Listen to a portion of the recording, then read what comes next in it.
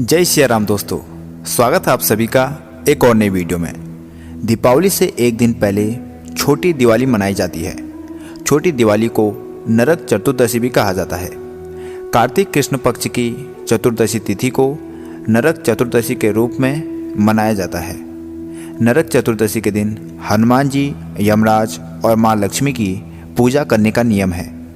ऐसा माना जाता है कि नरक चतुर्दशी के दिन भगवान हनुमान का जन्म हुआ था, इसीलिए इस दिन हनुमान जयंती भी मनाई जाती है। हमारे धर्म शास्त्रों में बताया गया है कि नरक चतुर्दशी के दिन आधी रात में माता अंजनी के गर्भ से हनुमान जी का जन्म हुआ था। इसीलिए सुख, आनंद और शांति प्राप्त करने के लिए नरक चतुर्दशी के दिन हनुमान जी की पूजा करना बहुत शुभ माना जाता है। अब जानते हैं नरक चतुर्दशी के दिन हनुमान जी की पूजा से जुड़ी कुछ खास बातें। दोस्तों, आप सभी जानते हैं कि शास्त्रों में हनुमान जी को सबसे जल्दी प्रसन्न होने वाले देवता बताया गया है। हनुमान जी ने माता सीता की खोज करने के साथ साथ भगवान राम और रावण के युद्ध में भगवान श्री राम का साथ दिया था। हनुमान जी की पूजा सभी प्रकार के कष्टों से मुक्ति दिलाती है और साथ ही इनकी पूजा करने से अपार धन संपत्ति भी प्राप्त होती है। ज्योतिष शास्त्र में भी नरक चतुर्दशी के दिन हनुमान जी की पूजा करना शुभ बताया गया है। हनुमान जी की पूजा के समय ध्यान रखें ये बातें। शास्त्रों में बताया गया है कि नरक चतुर्दशी के दिन हनुमान जी की पूजा हर व्यक्ति नहीं कर सकता है। इस दिन सिर्फ सिद्ध पंडित या ब्राह्मण के द्वारा ही हनुमान जी की पूजा करवाएं। नरक चतुर्दशी के दिन ऐसे करें हनुमान जी की पूजा। नरक चतुर्दशी के दिन सुबह उठकर सबसे पहले स्नान करें।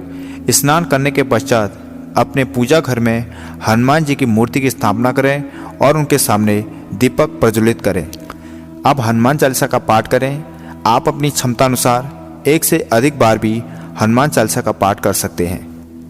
हनुमान चालीसा पाठ का कोई विशेष नियम नहीं होता है। आप हनुमान चालीसा पाठ मंदिर या घर कहीं भी कर सकते हैं।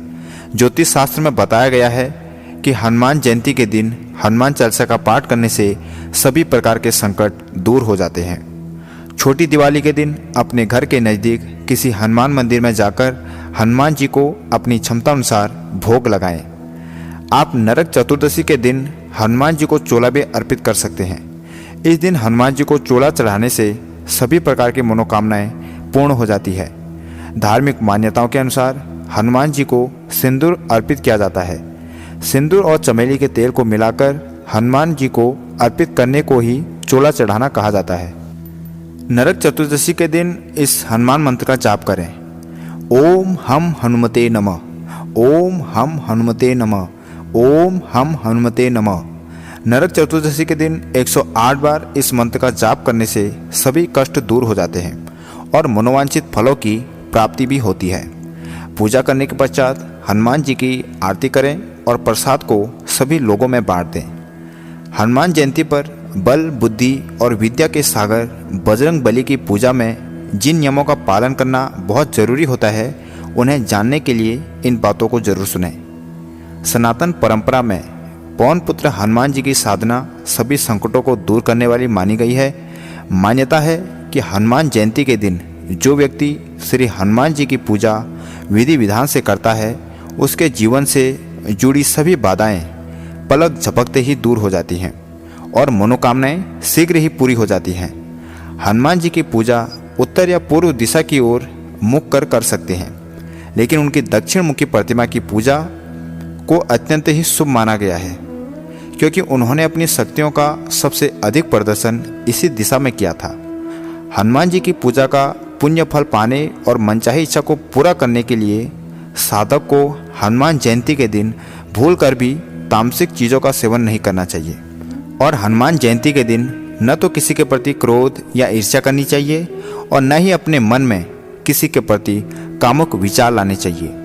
हनुमान जी की साधना करने वाले साधक को हनुमान जयंती के दिन पूरी तरह से ब्रह्मचर्य का पालन करना चाहिए और भूलकर भी संसर्ग नहीं करना चाहिए।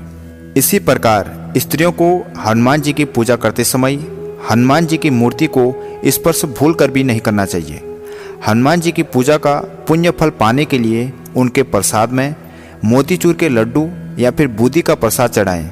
लेकिन कभी भूल कर भी उन्हें चरणामृत न चढ़ाएं, क्योंकि बजरंगबली की पूजा में इसे चढ़ाना दोष माना गया है।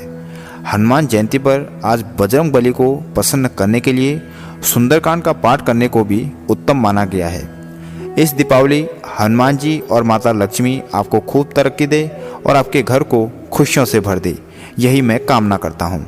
आपके घर में खूब धन की वर्षा हो। जय श्री राम, जय हनुमान, जय बाबा नीम कौली महाराज।